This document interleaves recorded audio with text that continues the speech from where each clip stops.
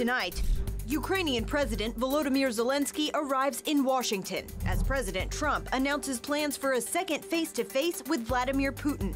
I would say within 2 weeks or so, pretty quick.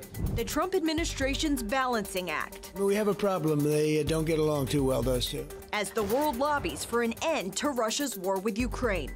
Plus, another day, another indictment. Former Trump National Security Advisor John Bolton hit with federal charges. A look at the accusations as one by one, the president's political foes head to court. And honoring God's word. They said every time they read at each state capitol, crime goes down. The push for a National Day of the Bible. All this and more tonight on Faith Nation.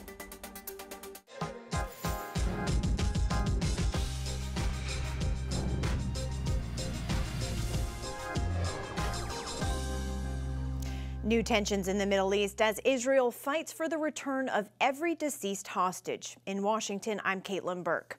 Israel is increasing its demands on Hamas, calling for the immediate return of the bodies of 19 hostages still held in Gaza. Hamas said in a statement on Friday it will hand over the remains, but maintained that some are buried under the rubble from the war. This comes after another stern warning from President Trump, who's now threatening action if the group refuses to disarm. CBN News Middle East correspondent Julie Stahl reports. In a post on Truth Social, President Trump warned Hamas, "If Hamas continues to kill people in Gaza, which was not the deal, we will have no choice but to go in and kill them." When asked later if his post meant that U.S. troops would go into Gaza, Trump responded, No, I didn't say who would go in, but somebody will go in. It's not going to be us. We won't have to. There are people very close, very nearby that will go in. They'll do the trick very easily, but under our auspices.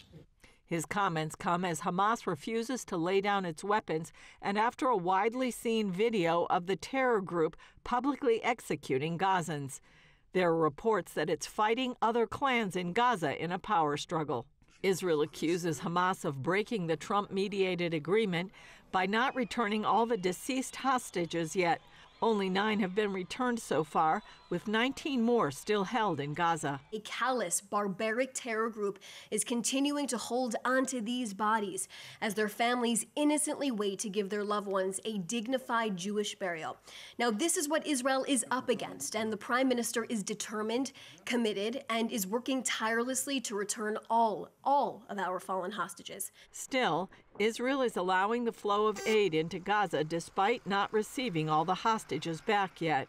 The IDF received 2 bodies early Thursday, the last female hostage in Bar Haiman, and Bedouin IDF Master Sergeant Muhammad al-Atresh. Back in Israel, 2 of the hostages released earlier this week are home from the hospital.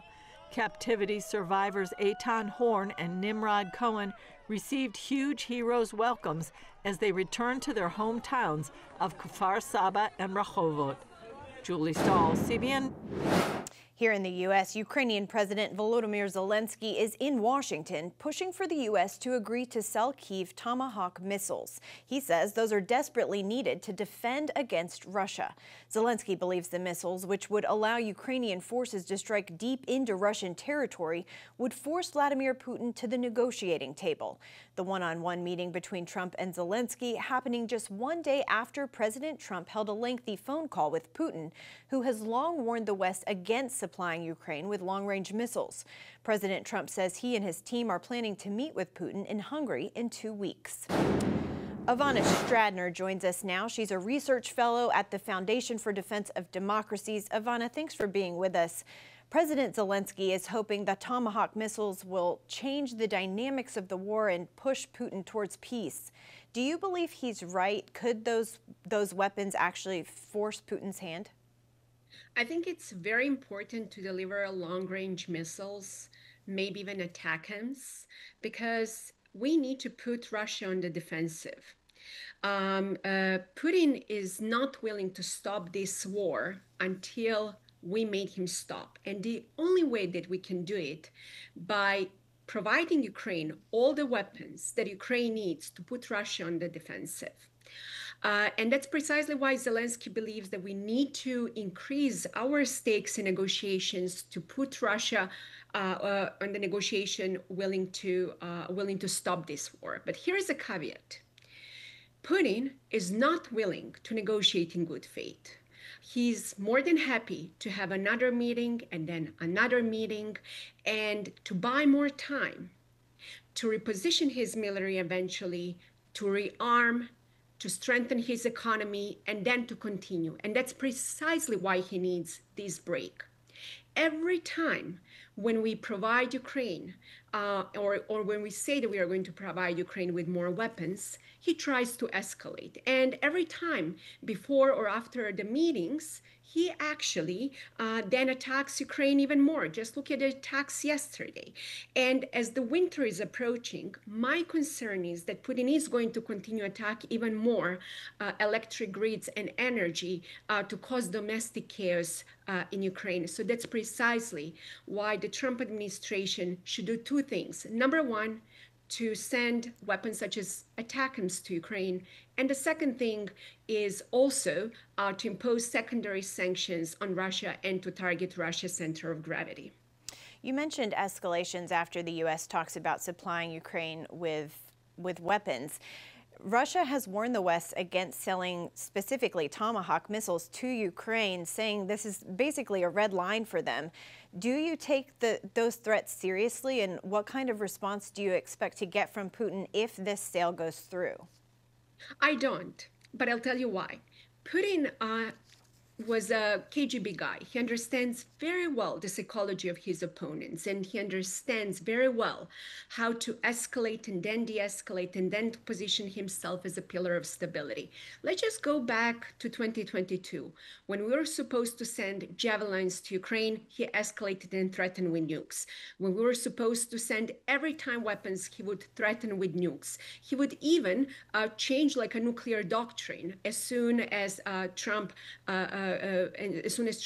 was elected. So these Russia's threats are type of like a cognitive weapon. And having said that, President Trump really did a fascinating thing. A few weeks ago, when Medvedev threatened with nukes, President Trump made a very sarcastic comment on social media and then threatened to reposition American submarines, which was the right thing to do in terms of deterrence, and to remove that escalatory threat from Russia's negotiation table. Make no mistake, very soon you're going to see another escalations, verbal escalations in terms of threatening with nukes, threatening with with seizing the negotiations. But we should not fall for that. It's like Putin is, to begin with, we should stop putting him on a pedestal. He was not even a serious KGB guy, and he was a second-rate KGB guy back during the Cold War. And the second thing is, he behaves sometimes really like a kid who has temper tantrum. All right, Ivana Stradner with the Foundation for Defense of Democracies, thank you so much for your time and your analysis. Thank you very much. Turning now to major political news, it's day 17 of the government shutdown, making it the third longest in modern history. Here to discuss, Inside Elections editor and publisher Nathan Gonzalez. Nathan, the Senate has left for the weekend, meaning this thing won't get any traction until at least Monday. How long can both sides hold out here? Are we seeing any movement from either party at this point? Short answer is not really. There's probably a difference between how long can they hold out and how long will they hold out. But what we know right now is that neither party is really feeling any political pressure. I think both parties feel like they are winning the shutdown, or politically they have something to gain. And so as long as both parties feel that way, that's less of an incentive to compromise or to work together to end the shutdown.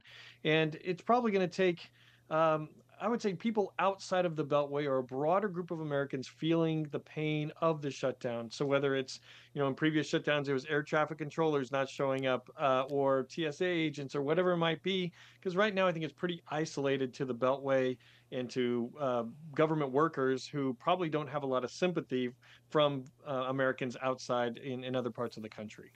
Unfortunately, we seem to be heading in that direction. Now, the other big story today, President Trump's former national security advisor, John Bolton, appeared in federal court. Now, he was hit with 18 counts of unlawfully transmitting and retaining classified documents. Walk us back. What exactly are prosecutors alleging here? Yeah, well, they're alleging that Bolton obtained and retained classified documents and shared those documents with either people who didn't have proper clearance to view them or exposed them to outside hackers, potentially foreign countries. To that, a lot of it has to do with when he was putting together his book, and we can't forget that Bolton was appointed by President Trump in the first term. But there's evidence that this could be a little legally stickier, or he may be in more trouble than James Comey or Letitia James, who have been indicted recently as well. And one of the things is that he's been indicted by a career prosecutor, not a new prosecutor, that President Trump just appointed. And so I think that this case, there's a long way to go, but it looks like Bolton is both the same and different than these other indictments. You mentioned those other indictments of the president's political rivals. Some have accused the president of using the Justice Department to exact revenge on his foes, while others point to the fact that all three were indicted by a jury of their peers. What's your take? I think the president would say that he's using Justice Department to exact revenge on his foes. I'm not sure he would disagree with that. I think we're going to be having this conversation many times over the next few years because it's clear that President Trump feels like he was wronged, and there are people, and he wants to now use the power and the authority that he has to exact some pain or try to, use the Justice Department to go after them. And so, each case is probably going to be a little bit different, but the general trend of what we've seen over the last three, I think this is just the beginning of many more indictments of people who have opposed the president in the past. Moving to the race for Virginia's Attorney General, Democratic nominee Jay Jones is neck and neck in the polls with his Republican opponent Jason Miyares. The contest grabbed headlines when the National Review published messages from Jones fantasizing about the death of then political rival Todd Gilbert and his children. Democrats didn't call for Jones to step down, and the race for governor in Virginia is also still leaning toward the Democratic candidate. What's your takeaway? How will this shake out, and what does it say about voters right now? Former Democratic Congresswoman Abigail Spanberger is still the frontrunner, the leader in the race for governor against Lieutenant Governor Winsome Earl Sears. The challenge is, does the text and the whole controversy around Jay Jones, does that bring her down? And I don't think there's enough evidence right now or polling to show that it has done that. Right. I think that Jones is certainly at risk of losing that race to the sitting Attorney General Jason Miyares, but it's going to capture this race in general is going to capture a broad national attention because this is one of the only races that there is to focus on right now. This and the governor's race in New Jersey, and because everyone wants to know what's the political environment like. Yeah. Are Republicans, are they still as strong as they were in 2024, or are Democrats on the rebound? And that's why these races are going to get so much attention from now until November. All right, Inside Elections editor Nathan Gonzalez, thanks so much for being on. Up next, traffickers are using AI and social media to target kids. But now experts are fighting back with the same technology. Next on Faith Nation. We regularly see how technology can be a double-edged sword in different areas of our culture. For example, while officials use it to investigate human trafficking, criminals utilize high-tech methods to recruit, control, and exploit their victims. Charlene Aaron has the story. According to government statistics, nearly 50 million people are trafficked into modern slavery.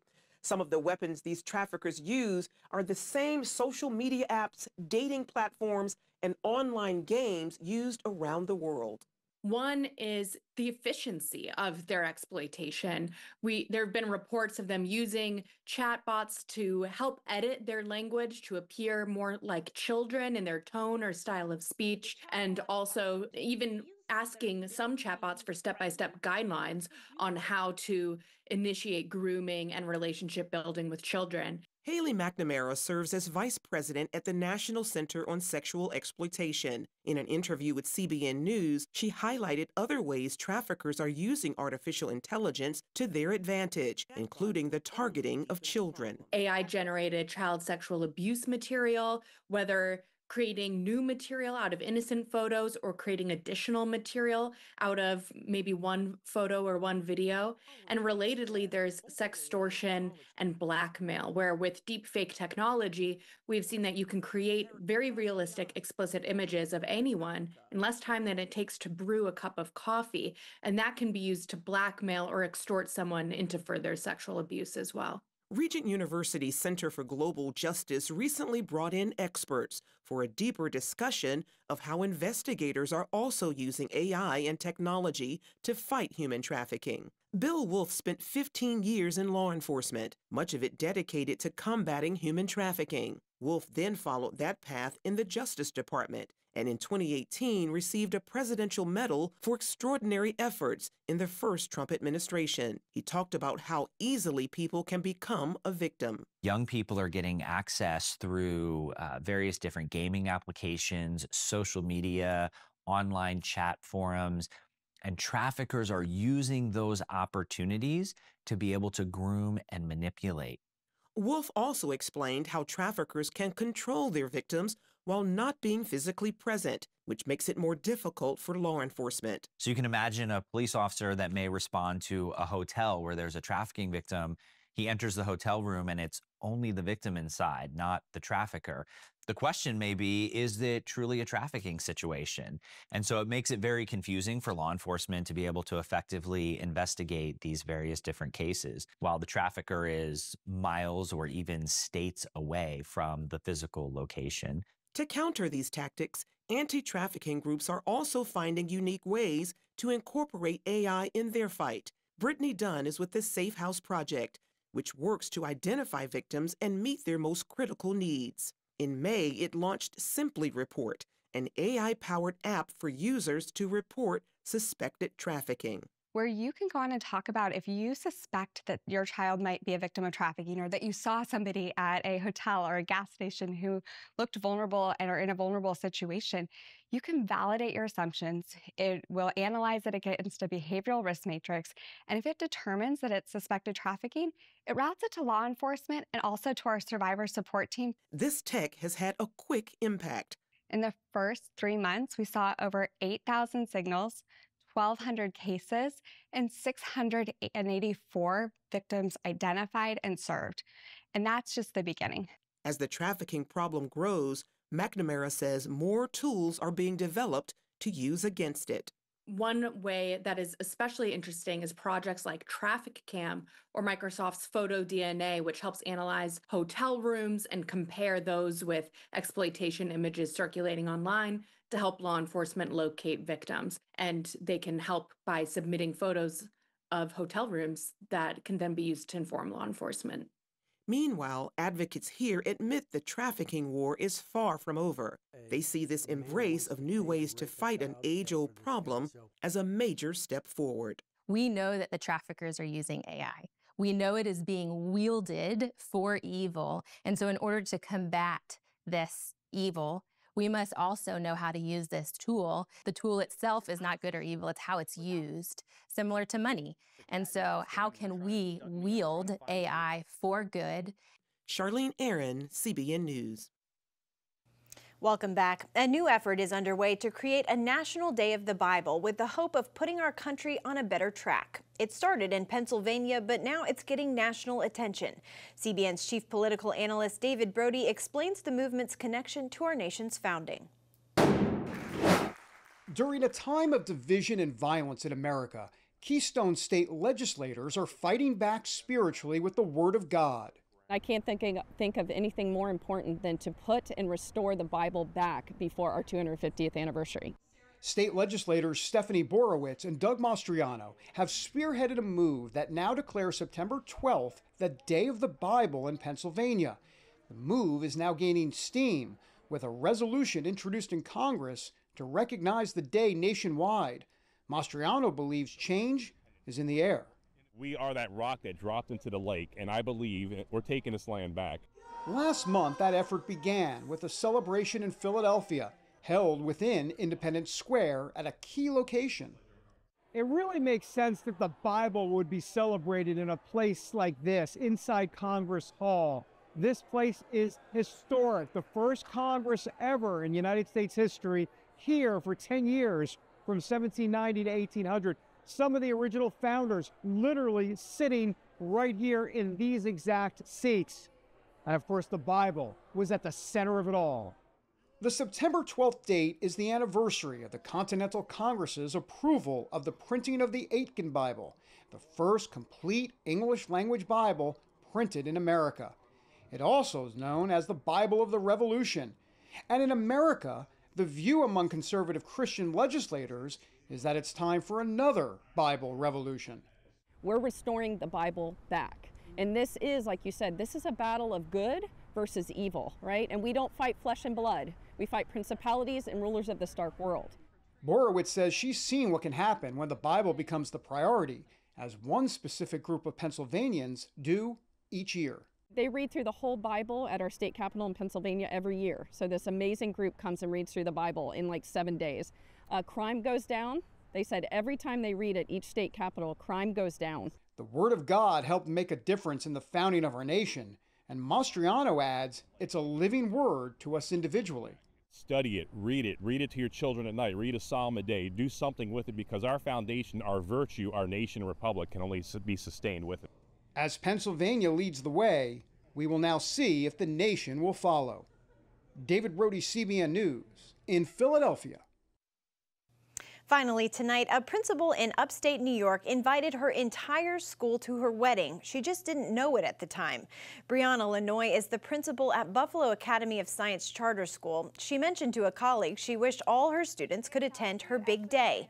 While that wasn't possible, a few days before the actual ceremony, she got her wish. Her coworkers and future husband teaming up to celebrate her with the entire school present.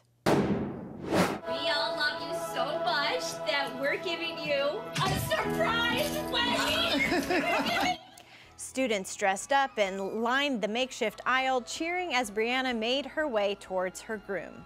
It's only fair to give you some marriage advice. So here it is.